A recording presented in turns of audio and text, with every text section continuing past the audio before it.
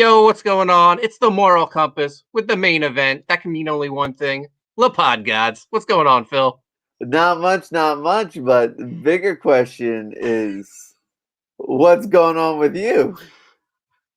What are you talking about? I think I see something different. Um, I've so, noticed a change, matey. well, I'm so invested in Brian Meyer's character. I've just adopted it for myself with the eye patch. Uh, actually, I took the family to the Cedar Run Wildlife Refuge Mhm. yesterday, and we walked through that. That was awesome. But like halfway through our hike, my left eye just started really irritating me. Just like I don't know, it felt like I had something in it. It's watering like crazy. I just figured, oh, when I get home, I'll take my contacts out, clean them. But no, it still irritated me. It just felt like something was underneath my eyelid, and I couldn't get rid of it. I woke up this morning, my eye still hurts. It's as red as anything. So I figured I'll go to CVS and like get some eye drops. I stepped outside. The sun is like killing my eye. Maybe I scratched the cornea. I don't know. But I went to the gym first, got a quick workout in. Then I hit up CVS. Then I went to Home Depot. I worked out in the yard, had my eye patch on, no problem. Just in my backyard. I didn't want anyone. So this is weird. I didn't want anyone in my front yard to see me with an eye patch, but here I am on YouTube wearing an eye patch. Apparently, as Hicks Villain pointed out, you your workout sessions didn't help with your eye for an eye match. No, he's guessing I might have pink eye. I don't know. But the show must go on. Phil, you're under the weather too, but you're a trooper. Oh. You're here. Yeah, I mean, I've been so sick for the last 12 plus hours. I've literally lost 3 pounds from both ends. If we know one thing about the main event, it's TMI. I give a little bit too much info, but man, I was sick as a dog. But as we say in the Pod Gods, show must go on. That's right. So today, after my yard work, I had some lunch, and then I relaxed and I watched the season premiere of The Dark Side of the Ring, episodes about Brian Pillman, one of my all-time favorite wrestlers. This was really good. I mean, it's a lot of stuff I already knew, but definitely watch it. There's some like some shockers. Brian Pillman. Spoilers for anyone who's gonna watch it later. He divorced his first wife for like some, I don't know, stripper slash penthouse model, and they interview her. She's a sight to see today.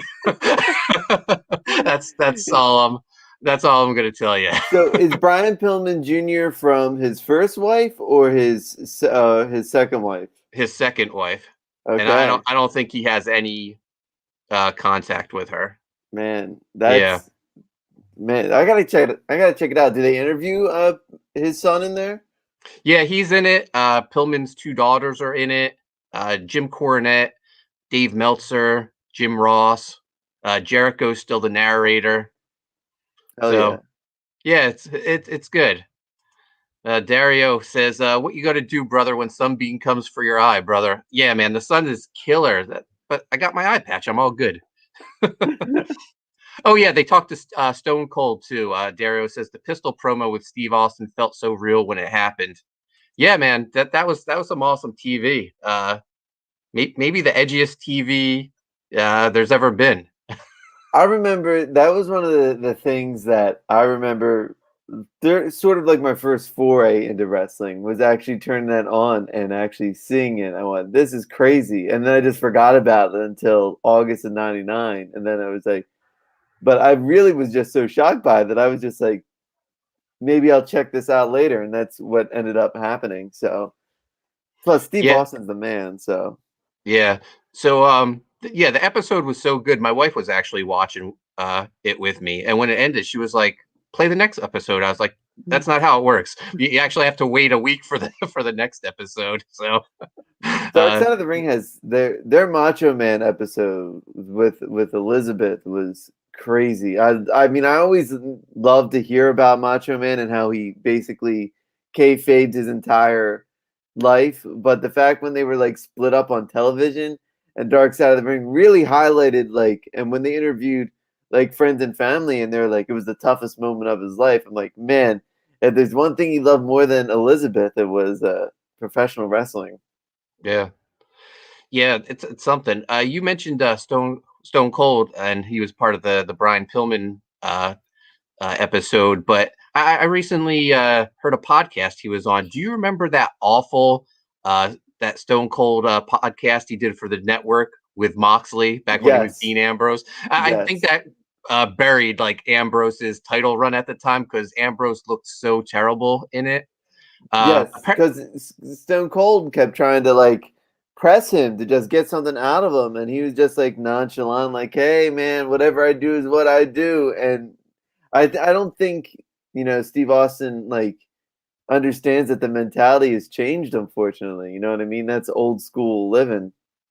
Well, and I sort of feel like Ambrose knew that there was nothing he could do.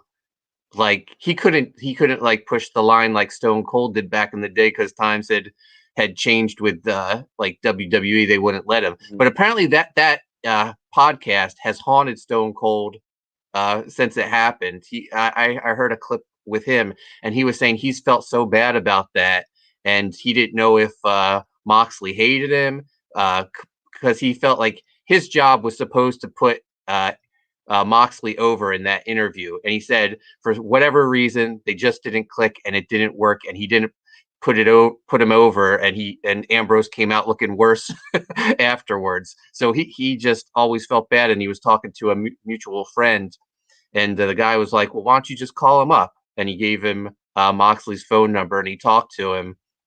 And apparently, Moxley didn't hold a grudge, and just it was just one of those things that, for whatever reason, they just didn't click when they were shooting the podcast. But Moxley didn't hold anything against him.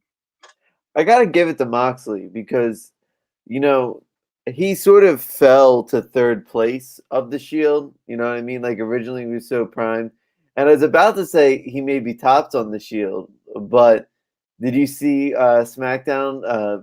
Roman Reigns has new music. No, I didn't watch it. He's officially got new music. He basically beat Daniel Bryan, so Daniel Bryan is like barred from Yeah. SmackDown. But amazing storyline because it was Cesaro who gave Daniel Bryan basically his title shot. Hmm. And Roman Reigns is like, no, no, no, head of the table doesn't do that. No, we just don't give title shots. You got to earn a title shot. You've lost twice to me already. There's no need for you to battle me again. So Cesaro basically gave his shot. And Roman Reigns said, okay, if this happens, then if you lose, you're never allowed back on SmackDown. And not only did it beat him, but Jey Uso got like Cesaro tied in the ropes and he watched him do a concerto on Daniel Bryan, like Roman Oh Reigns wow. just. And the fans, like, this is, I wish they sort of saved it for fans to be in there because the Thunderdome audience, you know Mhm. how they're all like, yeah, yeah. This is the first time I saw him go. And you just saw faces on the screen, like, because they were totally shocked. And so kudos to both those gentlemen, different companies, but still going strong. I'll have to watch that later tonight. What do you think happens to Daniel Bryan? Um, I think it's easy to say he goes to Raw, but I'd probably say he goes to NXT because why not? I have a feeling he would have more fun there. Right.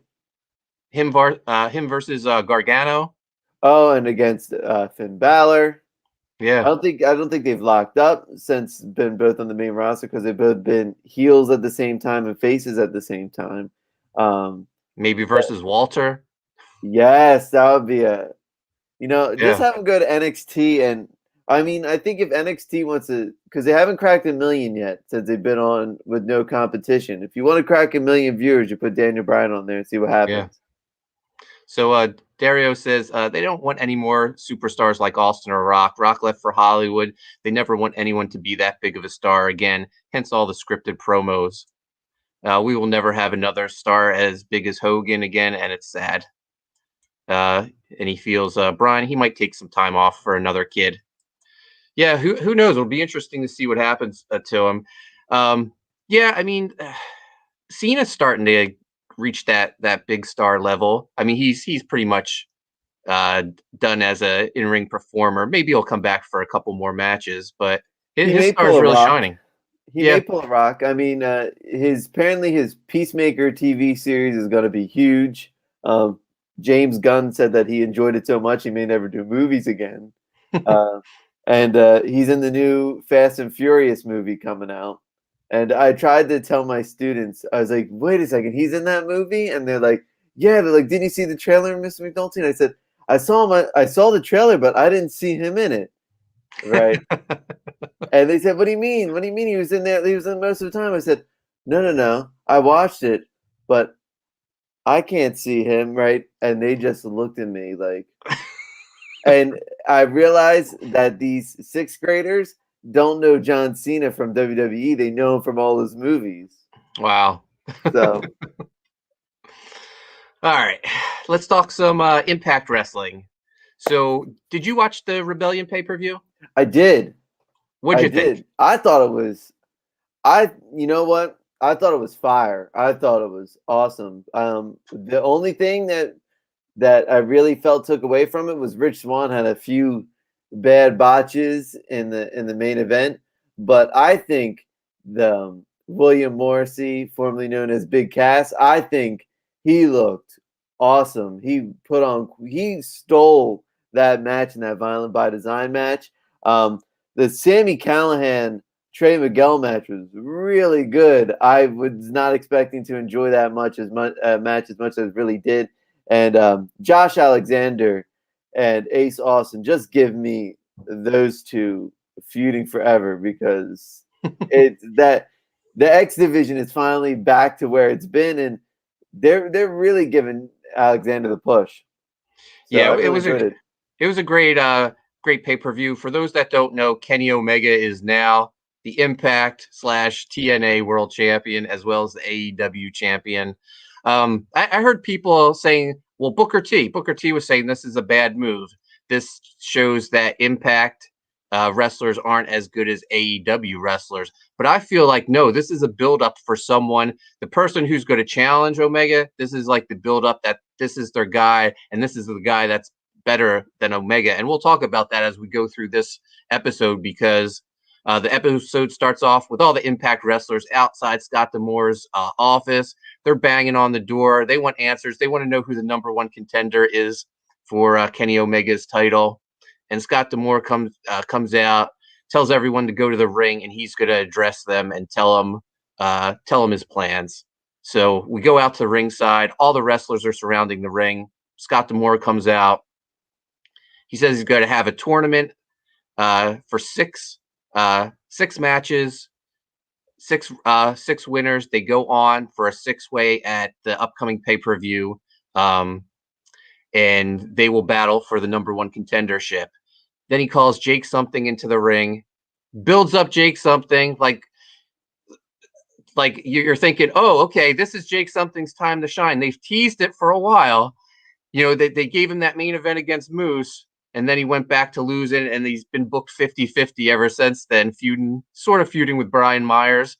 But now Scott D'Amore's talking up, and they're like, oh, they're finally committing to him. They're going to do something. And they're like, and you're going to face the returning Chris Bay. I didn't even know Chris Bay was gone. Can I tell you, this segment was so good from start to finish up until the match happened. You know what I mean? Because yeah, I love Scott D'Amore pushing his authority. I loved how it really backed up Stryker and D'Lo Brown's commentary about how he is a guy who's going to motivate his employees. He's going to get them right. And Don Callis, and so that really set up with him putting Don Callis in place earlier, telling that Kenny Omega's got to be here. Hilarious that he's going to show up via Zoom. And he's like, all the kids are doing it. But it was a really good segment to show how basically your two top players at Impact, this is just now furthering sort of there. Do you think this ends up with a Don Callis versus Scott D'Amore match at Slammiversary? I think that would be hilarious. That would be awesome. Make it a tuxedo match while you're at it. And it was just an incredible way to set up the show. And then they called in Jake something, and I was like, this is it. This is the push. They're going to give it to him. And when Chris Bay comes in, that wasn't the worst thing. The worst thing was Jake something lost due to a heat interference. The hell. Yeah, so it looks like Jake something's going to be paired off with Rohit, but Chris Base gets the pin, puts his feet on the ropes too. Little added insult to injury. So Chris Bay, he's going on to the pay-per-view. He's going to be part of this 6-man match for the #1 contendership. I don't know. Chris Bay is just he has a ton of talent, but he just doesn't have it. Would you agree? I agree, because especially the next, because as soon as we came to commercial, right, and then we had William Morrissey debut, and he cut a promo, and I thought, why haven't Chris Bay? Chris Bay, something's got it. You know what I mean? He has that presence. He has really good mic skills. He seems very personable, right?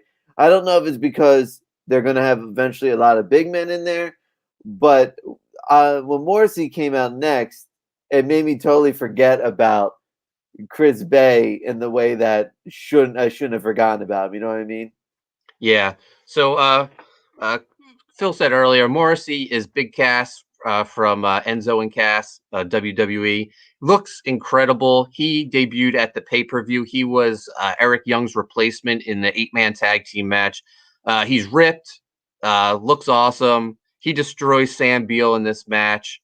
And he looked like a superstar. This is how squash matches are supposed to be done. Hardly. And the offense that Beal got in, he shrugged off, hit him with a power bomb. I love the promo when he came in and said, when he basically said, I'm not here to get an action figure. I'm not here to get a t-shirt. I'm not here to sell my stuff to you. So I'm going to tell you something.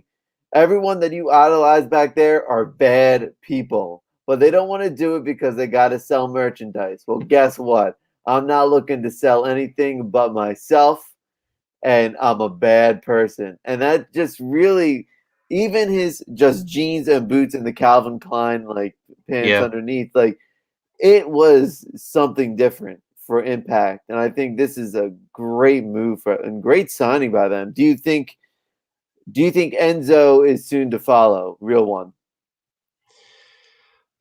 So he's worked some Impact Plus has some indie indie events on their app, and Enzo has worked some of them. So maybe Enzo will come in. The last I saw him, he looked ripped. He looked like he was in shape. I just hope they don't pair him up.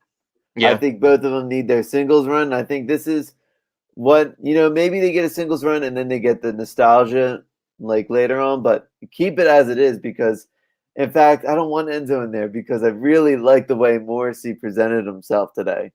Yeah. We go backstage. Deanna Purrazzo is being interviewed.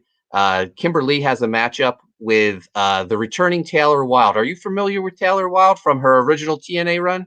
I am not, but man, I enjoyed her work at the Pape, and I enjoyed her work in this match. Yeah. Deanna sends Kimberly and Susan out by themselves. She says they don't need her for this match, hinting that she's afraid of Taylor Wilde. Taylor Wilde makes her entrance. She looks like a star. I love her. I think she's a great addition to the Knockouts roster. And she made Kimberly's look really good. Kimberly had sort of almost a presence too when she came out. Yeah. And it's really good stuff. I really am enjoying. This was a strong episode from start to finish, especially with the constant, will Kenny Omega be here? Will it be a contenders match or will it be a championship match? So they really pushed, all storylines got pushed throughout the entire episode, and this was just one of them. So Taylor Wilde makes Kimberly tap out. Susan hits the ring. They're double teaming her. And then the kiss of death, as far as the knockouts division is concerned. Tenille Dashwood comes out for the save. She's still trying to push that she's looking for a partner, and she thinks Taylor Wilde is the partner for her. Taylor Wilde wants nothing to do with her, and with good reason, because you don't want to be paired up with Tenille Dashwood. Her whole Impact run has been a complete letdown. As soon as I saw her come out on the promo beforehand, I'm like, please, I don't want this. Taylor Wilde, who I'm unfamiliar with, came out like a star on the pay-per-view, comes out like a star now, is really good in the ring. I don't want her being caught bogged down by this, because she can be the real contender to take the belt off Peraza, since it feels like no one else can at this point. Yeah. Hicks Villain says he thought Big Cass was trying to sound like Scott Hall. I don't remember him talking much in WWE. He didn't. Enzo pretty much did all the talking. But that's a good call. He did sound a little like Scott Hall when Scott Hall first hopped in the WCW ring. We need more people like Scott. We need more wrestlers like Scott Hall, and just their presence in wrestling. Yeah. So I will take it.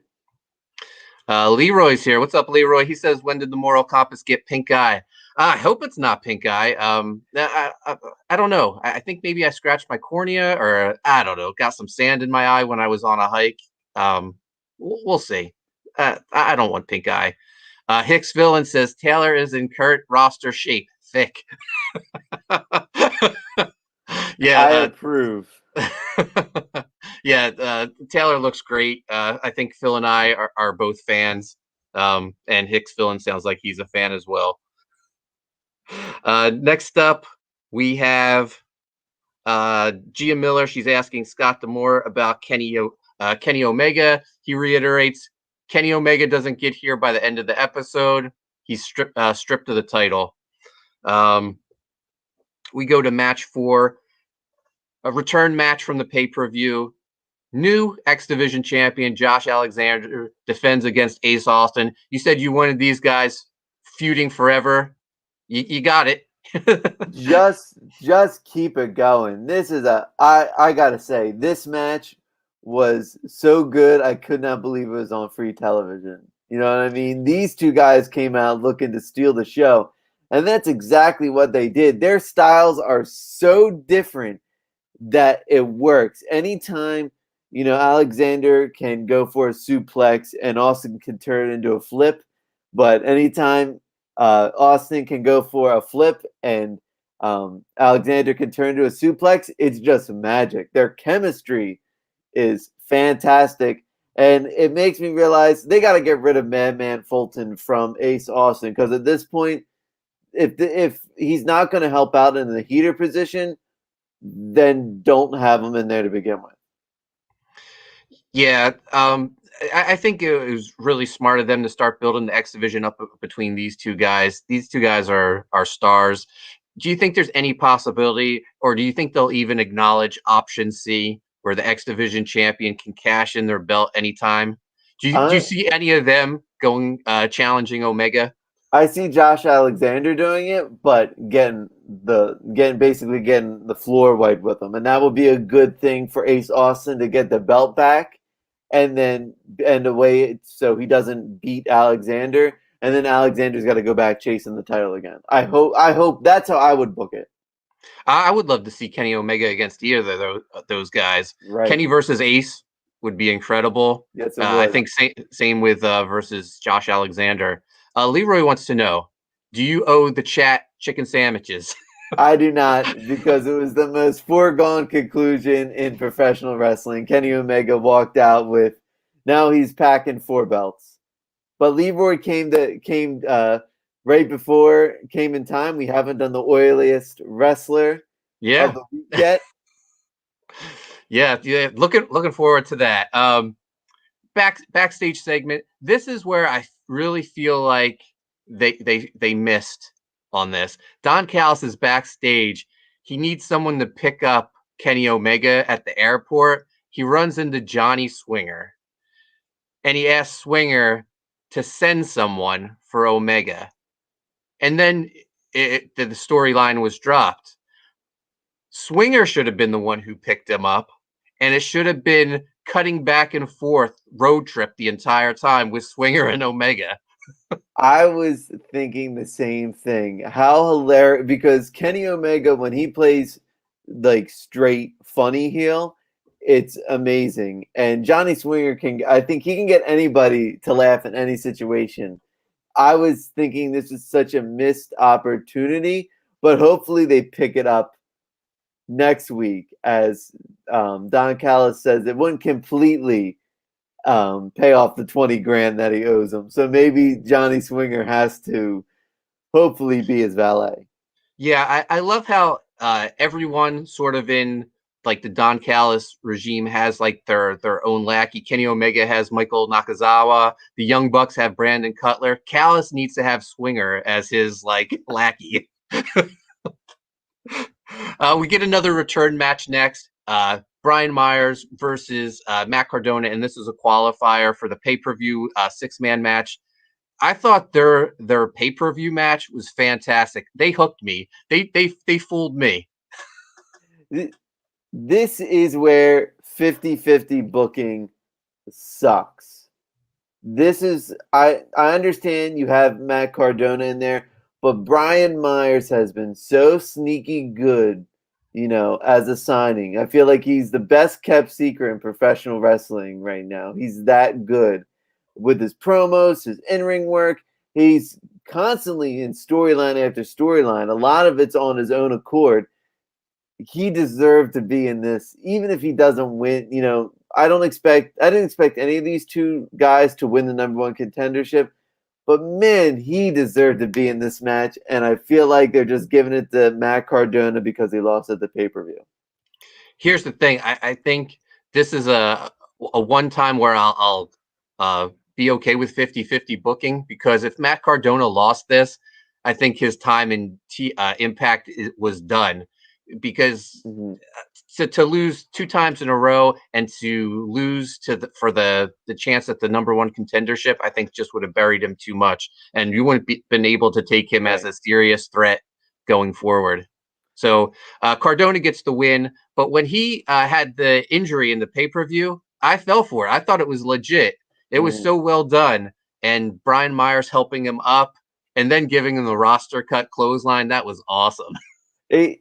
These two guys, this isn't the end of their storyline. Obviously, it's going to happen, but I really keep it going. These guys have got toy deals for themselves. So yeah, these guys just keep it up. Yeah, they're actually pushing to get a second series for their toy line with I forget Seven. I forget the company that's doing them, but wearing their pay-per-view gear from Rebellion. That's awesome. Yeah, Cardona was wearing some sort of like Super Shredder, Nasty Boys type outfit. Skip Edwards is with us. What's up, Skip? What up, Skip? All right. Next matchup, we have a promo by Violent by Design. Eric Young giving it to Cody Deaner, saying, you lost, but that's okay. Losses get the sickness out of you, makes you stronger, but he's not going to accept any losses anymore. He's giving Rhino a chance to redeem the group. Rhino's taking on James Storm, I think, coming up. Yeah. So that's a qualifier match, I believe, for the 6-man tournament next week. And then it is before the main event, we get a promo. El Phantasmo is coming to Impact. Are you familiar with the El Phantasmo? I am. I'm interested to see where it goes. Bullet Club member? Yeah. My thing was, I was more excited about this slow Sami Callihan face turn from earlier. Because I feel like he's the only one who would have the balls to go up to Don Callis and say that if Kenny Omega comes to the building, I'm going to beat his ass. Like, if it's one thing we know about Sami Callihan, no matter what, he will take the fight to whoever is in the wrong. Yeah, that's something I forgot to mention. Callis and Sammy Callahan have another interaction, and both times Callahan is like hinting that he wants Omega, and that was the thing. I was like, oh, maybe Swinger is sending Callahan to pick up Omega, but Callahan's in the main event, and he's wrestling Eddie Edwards in a feud that these guys are going to fight forever. Their storyline is so good, you can always put them together, and they're having their main event match. Awesome, and I'm worried because I'm thinking there's no way Eddie Edwards is going to win because Impact just they they keep saying he's the heart and soul of the company, but they don't book him like he's the heart and soul of the company. Even in their Impact Rewind, it was a couple months ago when I think one of their before Eddie Edwards grew out the beard, it was when he came back from that nasty baseball bat shot to the head, and the fans are going Eddie, Eddie, and you hear Josh Matthews on commentary said, "Man, Eddie Edwards really he can really inspire a crowd. He hasn't even done much, and they just want to cheer for him right upon his return." And I'm just like, so I was worried about this match, but hopefully, because the end result of the match, both of them get into the 6-man qualifier. Yeah. Speaking about Eddie Edwards, my new book with Eddie Edwards, An American Wolf in London, is out. I co-wrote it with Eddie. I did the artwork. And Phil, you have a pin up in the book. So this is the first La Pod Gods book collaboration. Yeah. Here's Phil's pin up right here. Looks awesome. It's got Kenny the Kendo stick in there. And you can pick this up at Amazon or the Seven Horns website. I'll drop the link in the chat for people. But the match ends up a no contest because Kenny Omega and the Good Brothers interfere. They beat up Callahan. They beat up Eddie Edwards. They throw Eddie Edwards out of the ring, and they set up the Good Brothers have Callahan. Kenny Omega's about to deliver the V-trigger when Finjuice comes out for the save. But Finjuice gets beat up too. They get thrown out of the ring. Show ends. The bad guys on top. They're celebrating on the stage. Eddie Edwards and Finjuice are looking at each other like they can't believe they just got annihilated. And then it's announced. The main event for Under Siege, the next pay-per-view, Good Brothers and Kenny Omega versus Finjuice and Eddie Edwards. So Eddie Edwards gets the main event of the next pay-per-view. It's funny because when they went off the air, Matt Stryker said Impact is in trouble. And I thought that was one of the best calls Impact has had probably since we started watching, if not the best. What a good way to... Impact is doing such a good job of selling Kenny Omega as this all-star. This sort of focus needs to happen on Dynamite as well. Yeah. Yeah, Stryker's great. What'd you think of Morrow doing the pay-per-view? Well, he's got Swan, had the electric chair. Oh my God, a one-winged angel. Morrow is fantastic. He should just be the pay-per-view guy for Impact all the time. Just have him come in and call the main event. Just one match and he's out. He's so good at what he does. He needs to be in a company that will actually respect his talent. Yeah, that would be great if he was just like the Michael Buffer of announcers. He just comes in for the main event, calls that. You don't want him to get burnt out. That would be a great spot for him. And I thought he did a fantastic job. He brought like a big fight feel to the match, even though it was a big fight, but it seemed even bigger. What worked about it so much is that the match was a foregone conclusion, but Mauro Ranallo can sell you a ticket to think that Rich Swann was going to come out of it. You know what I mean? When he goes 1, 2, oh, we gotta know! Like you jumped out of your chair with him. He's so genuine when he calls the match that even when the match the finish to, he doesn't make you care about that. That's how good he is. Yeah. All right, let's move on to AEW. So What's funny is normally I'd watch Impact first because it was on Tuesdays, and then you go into Dynamite thinking, Yeah. well, can this top Impact, right?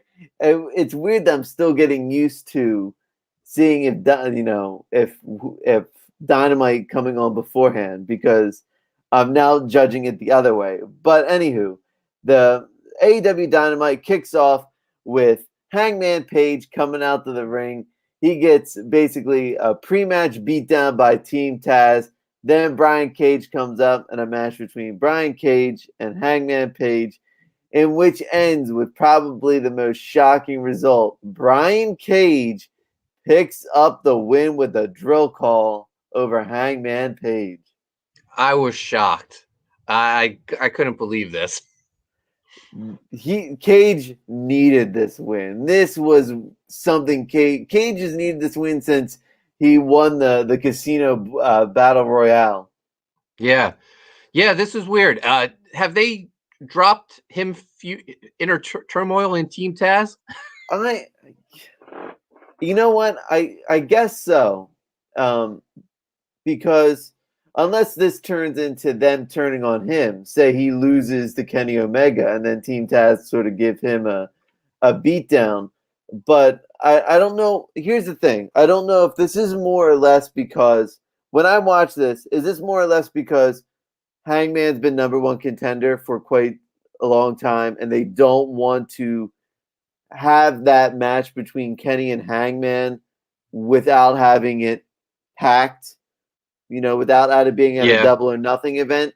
So they need to give him a loss to bring him down the rankings a little. So we still are anticipating that Kenny Omega Hangman Page match.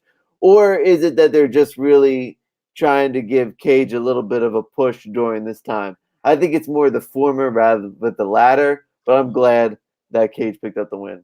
Yeah, Hicks Villains says very surprisingly stopped Hangman's momentum. Yeah, I was thinking maybe they're just trying to delay when Hangman and Omega meet up, and it's going to be like the build.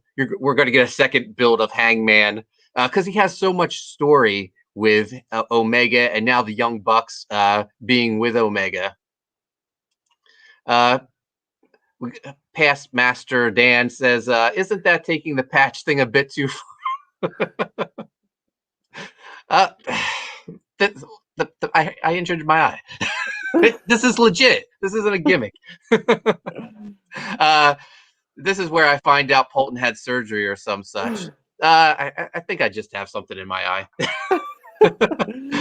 So speaking of the Bucks, they graced us with their presence next as they fought the Seidel brothers, in which was a little bit a more competitive squash match than what we saw in Impact with Morrissey. But the Bucks pick up the win with a low blow.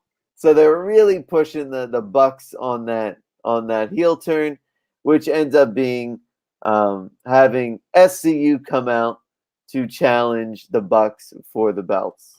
I love their outfits. They're total heels now. They got the fur collar, leather jackets. They're wearing $10,000 Air Jordans to the ring. When Matt Jackson hit the nut shot and just like kept the pose, these guys were great heels. I missed them being heels. This is what they needed. When I shout out to Tony Schiavone, who says he's looking like Johnny Cage out there.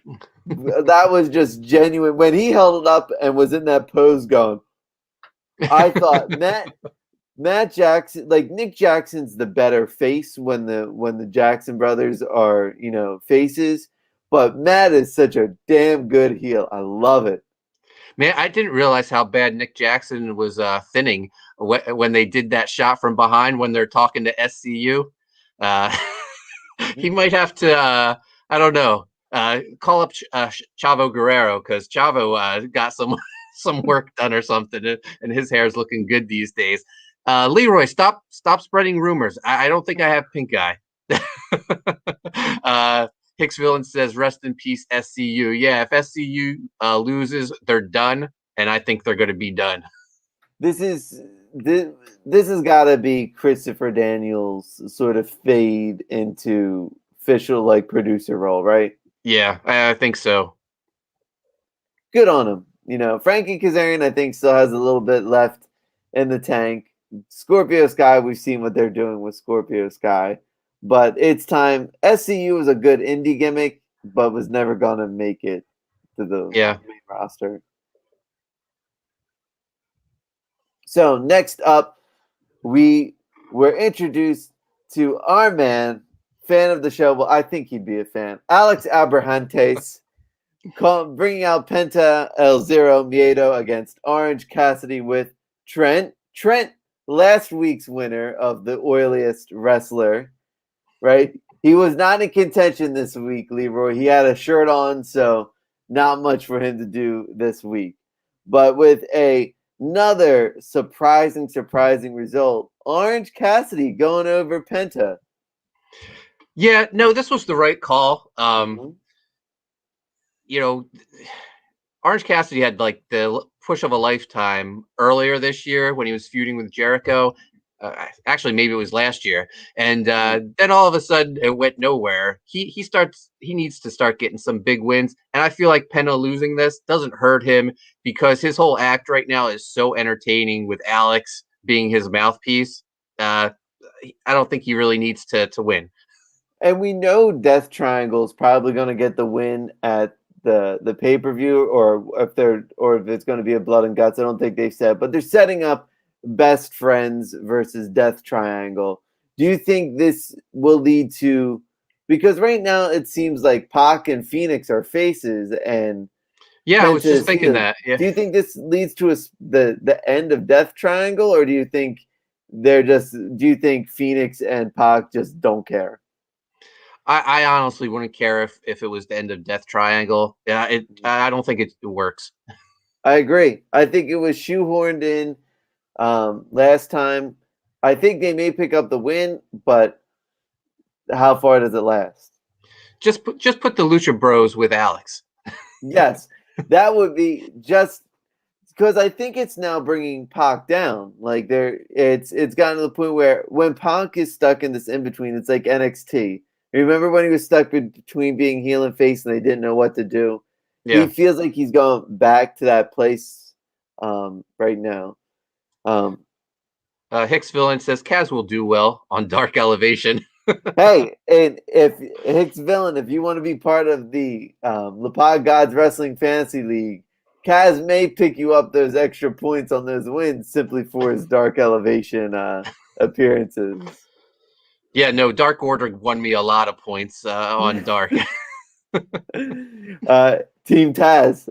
Yeah. Ricky Starks. Ricky Starks is my MVP. Yeah.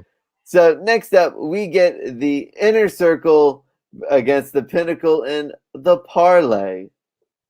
The Parlay, your thoughts? Sometimes they do stuff that I feel is so unnecessary.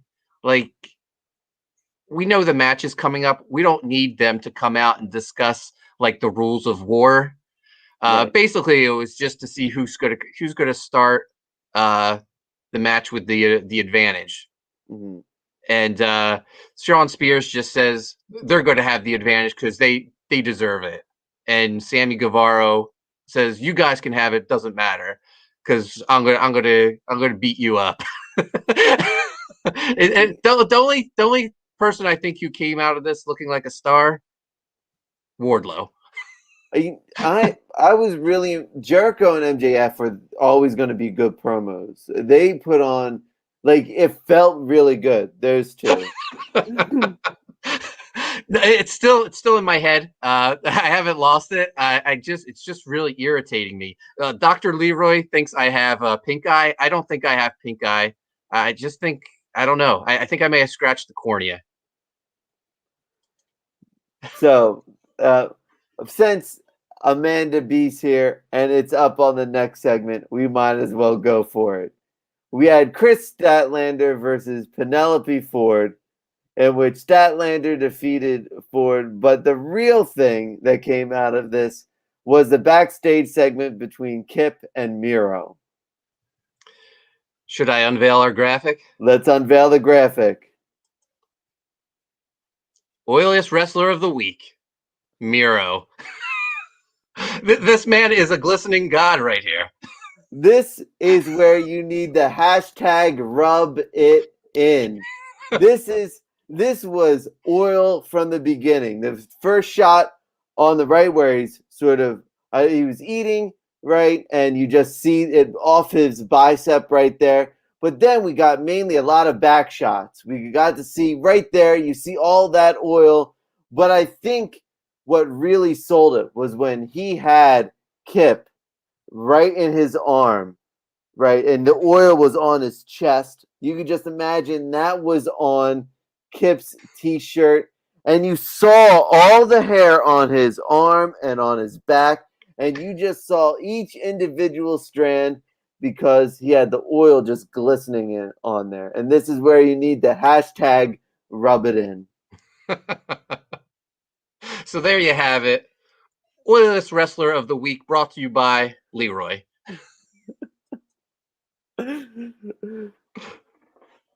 Amanda B says she tuned in just at the right time. Right, and I got to give it to Miro. He really wasn't a lot of chest action. He's known for a hairy chest like Trent, but we got to give it to that back game, that back hair and the arm hair. That's what really, those muscles were just really pumping and glistening with that oil. He's really leaned out from his WWF days. He wanted to show it off. He used extra oil. You know what? He probably knew I could rub it in, or I could just let it go. And I think he let it go this week. I think there was a method to his madness. Yep, and that's why he's Oiliest Wrestler of the Week. So thoughts on this? All that being said, thoughts on this backstage segment? I loved it. Just because he needed to get away from Kip Sabian for a long time. Now it's official. But like you said, I loved when he cradled Kip at the end and said he forgave him. This is what Miro should be all the time. He should be loving how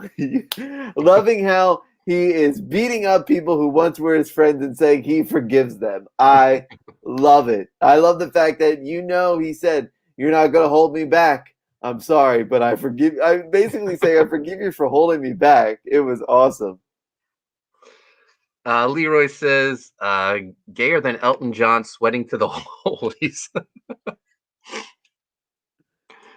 What do we got next? So next up, we have another in-ring segment. Moxley and Kingston basically outsmart Omega. Eddie Kingston comes out and they send it with Michael Nakazawa, who's out in the middle of the ring with a laptop, and he tries to hit Kingston with the laptop. Turns out that they go basically to try to break Nakazawa's ankle. Kenny Omega comes out and says, "I don't care, do it." Very M. Bison moment for all the Street Fighter fans out there. That was a very saying, "I don't care." But when Moxley came out too, and he said, "You guys forget, we have more than one guy," and he starts calling for Brandon Cutler, that popped me. I legit laughed my ass off when he said, "Come on, Cutler, come on, we got more of you guys out there." It was hilarious. Yeah, no, I'm really enjoying Nakazawa, but especially Brandon Cutler in this lackey role, especially during the Young Bucks match when he came in with the spray, the cold spray, spraying him down, giving him the ice packs. I think he's really found his spot as the elite's lackey for better I don't know term of phrase, but when he was earlier when they were all in the limbo because their trailer was destroyed last week, and Kenny Omega is like, "I'm not afraid of you. I'm not afraid of you." And Nakazawa accidentally honked the horn earlier, and they all jumped. And when they were inviting Cutler in there, "Come on, Cutler. You can get in here. You can get in here too. Come on, guy." There we go. I just love how they baby talk, both of them. This is the best the Bucks have been and Kenny Omega's have been since New Japan. This is just so good. I think this is making this should give Dynamite 1 million viewers next week because Kenny Omega, this is how he should be. The egocentric heel that has a little bit of Ric Flair. That Ric Flair is coming out of him. I think this is what we've all been waiting for Kenny. We know how good he was as a wrestler, but as a personality, he's always been the cleaner, the best bout machine. This is his real personality type gimmick. I love this belt collector gimmick. It's got a little bit of flair in it. It's amazing. Yeah, so next week we're getting Moxley and Kingston versus Omega and Nakazawa. Now Nakazawa, this is an early contender for Oiliest Wrestler of next week if he brings his old gimmick with him. Yes, I still think he's gonna come out in khakis and a polo shirt and like the headset. I think that's what they gotta do. Yeah. Yeah, for those that don't know, Michael Nakazawa, his gimmick was he would just bring a bottle of baby oil out with him and he would just pour it all over himself to get out of, tough holds and stuff. He'd just slip right out. So next up, we have a trios match, the Nightmare Family versus the Factory, in which the Factory all but was a short conclusion before the match even started, but the Factory defeated the Nightmare Family. Nightmare Factory, the worst faction, maybe in the history of wrestling. Well, no, that would be the Nightmare Collective, yes. Brandy's version. But yeah, the Nightmare Factory is just like a bunch of randos thrown together. I know they all train together, but I love the Factory. I love QT Marshall as this like evil trainer, and he's got his guys with him. The boxer guy throwing the devastating gut punches. I know you hate it. He got Billy Gunn again. He tagged him again. I gotta say this, that Nick Camarado, who looks like he comes from the prehistoric ages, when he just nailed Cody with that bull rope, I laughed my ass off. That guy is a sight to behold. He's like a mini Braun that he could do crazy shit, but he's not gonna win. This is a perfect spot for him. And Aaron Solo showed me something the past couple weeks. Always thought he was like the weak link of the group, but he was really doing the in-ring work, which is really good stuff. Yeah, I think Tony Schiavone described Nick as a cross between Bruiser Brody and Billy Jack Haynes, which is a perfect description for him. I don't know if you're familiar with Billy Jack Haynes. He was an NWA and a Portland guy. He had a brief run in WWE or WWF, but yeah, it's a good call by Tony Schiavone. Yeah, Tony was on his, as always. Tony Schiavone is just the best. You know what? I think made commentary really good this week. JR didn't say much. Do you notice there's a lot of Excalibur and there's a lot of Tony? And I think Tony just knows the roster so well.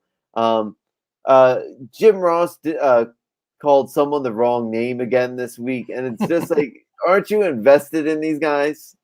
Yeah, Tony Schiavone's having the time of his life. Hats off to Tony Schiavone, too. I don't know if you're familiar with this, Phil, but Tony Schiavone got into the crowdfunding comic book game.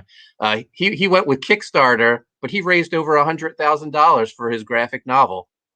He, think about this, didn't do as well as a reprint of Graveyard Shift. Well, thank you. I appreciate that. But yeah, I love Schiavone. I backed his book. We got Eddie Winkler in the chat. What's up, Eddie? Schiavone is a pro. That's right. He's my favorite. He's my all-time favorite announcer. He's getting up there. I think the more JR commentates, the more the shine goes away. So finally, it's main event time. We get Darby Allin versus the new spelling of 10. Do you notice how they spelled it now on there? It's now press and then the number 10 Vance. He's just not number 10. He's now Preston Vance. So yeah, I think the mask is going to come off soon. It feels like they're giving him a nice little build. What I love is that they showed actual clips of Mr. Brody like actually telling 10 that he's like the future, because he was the only one that he liked when he first joined the dark when he first was the exalted one. Like he always like Grayson and Uno were sort of pushed to the side because he loved Preston Vance, and it's funny because that really is Brody Lee Jr.'s favorite wrestler. Yep. So he I thought he put on a hell of a match. I don't know if it was. I give Darby Allin a lot of shit, but this is probably my favorite Preston Vance match, and I think Darby Allin deserves a lot of credit. Yeah, no, it was a great match. Great moment at the end with Darby and 10 in the ring, and Darby takes the Brody armband and holds it up. Yeah, 10's been getting a lot of shine lately. He had that big match with Max Caster for that was good for the spot in the ladder match, and he had the main event on the Brody tribute show. So yeah, and the ring jacket that he wears was a gift by Brody to him. So yeah, Brody saw a lot in him. And what I loved was after the match, Vance helped Allen up, showed like the sign of respect, right? As you said, raised the Brody armband, right? And then we get Ethan Page and Scorpio Sky coming out, attacking Darby and Sting. Scorpio, oh, that's right. He called Ethan Page, he called him Ethan Carter. That's right. He called Ethan Page Ethan Carter. Right. Hicks Villain says JR is drunk during commentary. Tony has to stay up late to keep Big Show in line.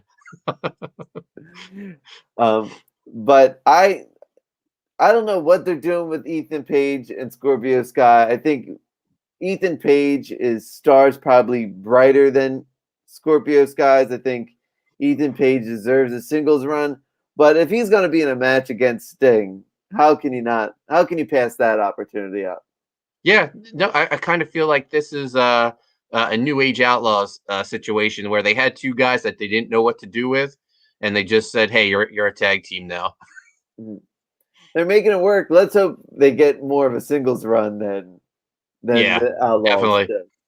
Eddie Winkler says, "Got to catch this one on replay. Hope you all had a great weekend. See you later. Thanks for stopping by, Eddie, man." So that'll do it for Impact. I mean, AEW. I'll ask this: who do you think had the better show, Impact or Dynamite? I'm going to go with AEW this week. I'm going to say that as well. I thought this was a nice bounce back episode for AEW. I think they were sort of coasting, while you could tell Impact was building up rebellion. So of course, Impact was going to push there a little bit, but really enjoyed it. Hicks Villain says, then you got late Lance Archer bringing up the rear. Yeah, still don't know what the plan is for Lance Archer. Agreed. I'd like to get Hicks Villain's opinion on this. If what do you think's up with Lance Archer? This goes to anyone in the chat. What do you think is going on with Lance Archer? Are they going to set it up for Archer versus Sting as a one-on-one match? They make it cinematic. Where do you see this possibly going, Moral Compass?